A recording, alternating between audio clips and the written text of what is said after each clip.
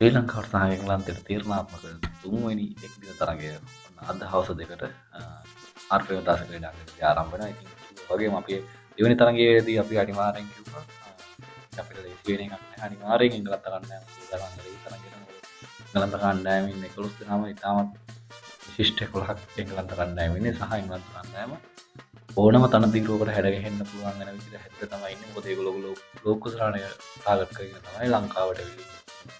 කරන්න ඉතින් ඒ වගේම එංගලන්ත කණ්ඩායම මානසික මට්ටම ගොඩක් හදාගෙන තිබුණා සහ තරගයට ජයග්‍රහණයට අවශ්‍ය වෙනස්කම් සිදු කරගෙන තිබුණා. අපි දැක්කා පන්දුවාර 50න් පන්දුවාර 40ක්ම ළඟපන්දු වන්නන්න උපයෝගී කරගෙන තමයි උන් ක්‍රීඩා කරේ. ඉතින් මේ යන විදිහට මොනව වේද කියලා හිතා ගන්න බෑ. මොකද එංගලන්ත කණ්ඩායම ඒකට හරියන මොකද T20 කියන්නේ ඇත්තටම බැට්ස්මන්ලගේ ගේම් එකක්. අපි ඉතින් අපේ ළඟපන්දු වලට හරියන්න අපි හදාගන්න ගියාට අන්තිමට වෙන්නේ ඒගොල්ලොත් ඒගොල්ලෝගේ ළඟපන්දු වලින් සහ අපිට ඇටැක් කරන්න ඕන උපරිම විදිහට ඇටැක් කරන. ඉතින් එහෙම වුණාම අපිට හොඳ ලකුණු ස්කෝර් එකක් තියාගෙන කරනවා වෙන්නේ. අන්තිමට අපි අඩු ලකුණු ගන්නකට දෙවි යන එක.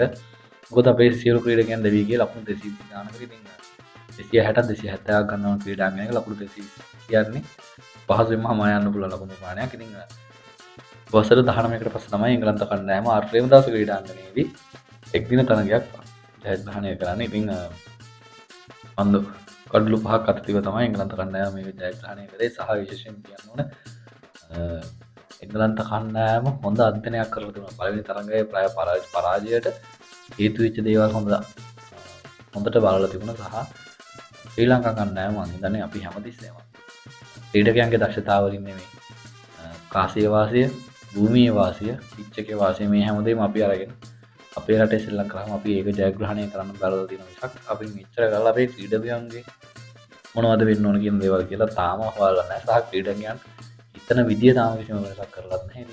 ඉතින් මේ තින්කින් පැටර්න් එක ඇතුළත ඇත්තටම මේ විදියට අපිට තරග ජයග්‍රහණය කියන්නේ බොහෝ දුරට අහම්බයක් විතරයි. ඉතින් ආරංචි වෙන විදිහට තරගයට ක්‍රීඩකයන් දෙදෙනෙක් සෙල්ලම් කරන්න නැහැ.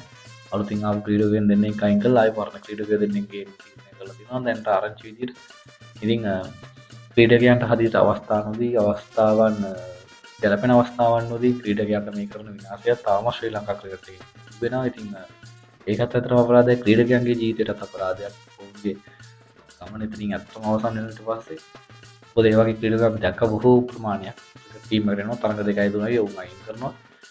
සහ ටෙස්ට් සෙල්ලම් කරන්න ඕන පුද්ගලයන් පන්දුවාර 50 සෙල්ලම් කරන්න ඕන නිසා හෝ මොනවා හරි නිසා හෝ කලින් කරට එක්දින කණ්ඩායමට හෝ T20 පිටියට ගෙනත් දාන එකත් ඇත්තටම මොකද්ද කියලා කල්පනා කරන්න. මොකද දඟ පන්දුවට විකට් තිබුණා. ඒක හින්දාම තමයි ඕවර් 40ක් එංගලන්ත කණ්ඩායමත් දඟ පන්දුවෙන් යවි. ඉතින් දඟ පන්දුවක් යවන්න පුළුවන් කවුරු දැම්මත් විකට් එකක් ගන්න පුළුවන් කියලා පෙනිපෙනින් ඉතින් තවදුරටත් මේ බැටින්වත් හරියට නැති ඕවර් බෝලින්වත් හරියට නැති කට්ටිය. දෙපැත්තම නැති. එක පැත්තක් හොඳයි නම් අනිත් පැත්ත නැහැ කියලා හිතා දාගන්න පුළුවන්.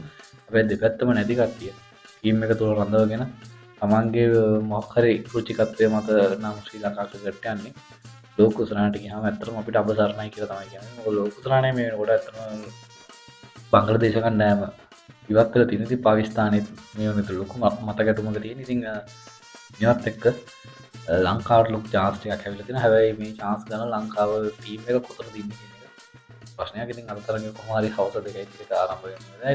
කණ්ඩායම් දෙකම තීරණාත්මක තරඟයක්. ශ්‍රී ලංකා කණ්ඩායම පළමු තරඟය ජයග්‍රහණය කරලා දෙවෙනි තරඟය එංගලන්ත කණ්ඩායම ජයග්‍රහණය කරලා ඉතින් පුදුරට එංගලන්ත පැත්තට එංගලන්තයේ ජයග්‍රාහී සීමා මානසිකත්වයෙන් ඉන්නේ එංගලන්තයේ පැත්තට බොහෝ දේවල් කරකින්න පුළුවන්. රටක් විදිහට අපි ප්‍රාර්ථනා කරත් අපි ජයග්‍රහණය කරන්න කියලා ක්‍රිකට් ඇනලයිස් එක කරනවා නම් පුදුරට එංගලන්ත කණ්ඩායමට බොහෝ වාසීනක් වෙන්න ඉඩ වැඩි අද දවසේ තරඟ ජයග්‍රහණය